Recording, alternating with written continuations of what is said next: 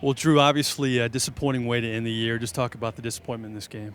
Yeah, we wanted to finish with a win. Wanted to finish strong, and it was a little sloppy at times.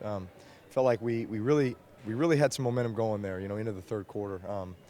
We start off down 10-0, then we go on a 24-3 run. Score on the opening drive of the third quarter, and then unfortunately after that they were able to make some big plays and snatch the momentum right back offensively. We had a couple 3-and-outs. That can't happen. We got to sustain drives. We got to get drives going, and then go down and get points and give our defense a rest and just try to snatch back that momentum. And unfortunately that's the way the game went. And once it swayed in their direction at the end, it was hard to get back. You go through this after every last game of every season. You know it won't be the same team next year. How emotional does that make the last game afterwards? Yeah, that's hard. That's hard.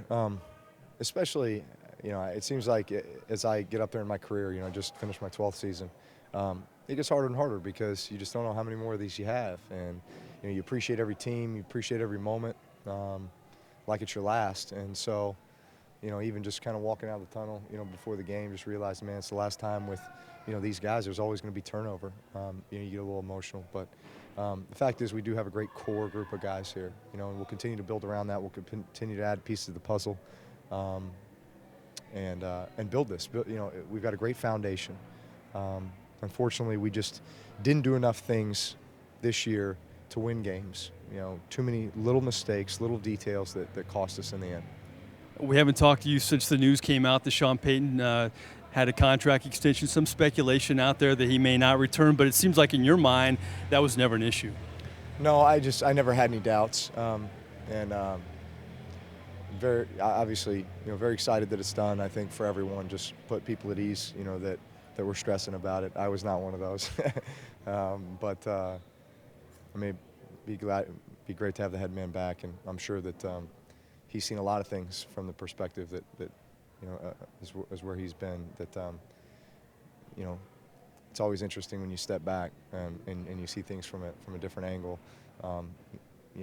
How maybe perception changes, or you come up with ideas or certain things that that are going to benefit not only him as a coach but us as a team. And I look forward to hearing those things. It's amazing you said that. I'm asking some of your teammates, what's it going to be like the first time they see Sean Payton, knowing he's watched the season from afar? And Jimmy Graham says, I expect to be chewed out for 2.5 hours. What's it going to be like for you the first time you see him and the first time you're back in a meeting mode with him? Yeah, I'm really interested in just sitting down and getting back to work with him. And that includes watching the film. That includes just talking about a lot of things that he sees. He's got a great ability to see things, from afar. In a lot of cases that, maybe other guys don't see.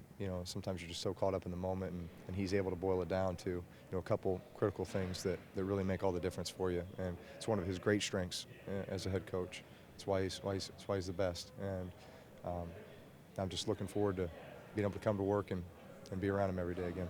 You've endured a season no other starting quarterback in NFL history has had to endure these kind of circumstances. What's the biggest thing you learned about yourself this year? Just got to keep pressing on.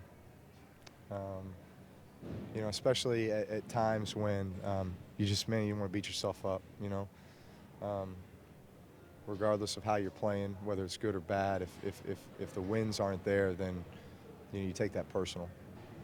And so there's too many of those occasions this year, where, man, you're trying to dig so deep, to find a way to win. And I'd say that it's rejuvenating in a way, though, because you realize how much you love this game, you realize how much you love to win, how much you love to compete, and you just know that things aren't always going to be easy, and you got to battle through a lot.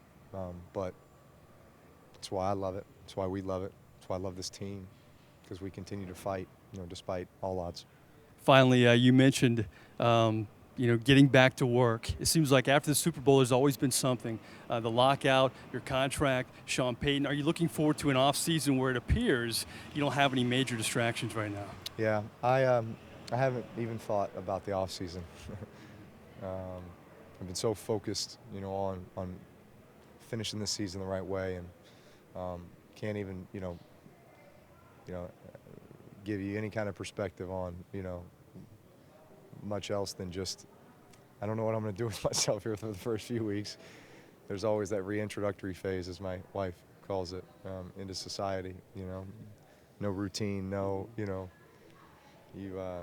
but obviously I got 3 little boys at home. They're going to be jumping on my head tomorrow morning early, so I have my work cut out for me. Realize what a real job is like. No, I hope it's a quiet off season. I hope it's a lot of time with family. I hope it's, you know, being able to just recharge the battery, doing a lot of things that, you know, we want to do as a family and I want to do to get better, and can't wait to get back to work in April. All right, we appreciate your time after every game. You forced us to crunch numbers with all the records you set, but this is our 96th straight regular season interview, our 126th if you count postseason and preseason.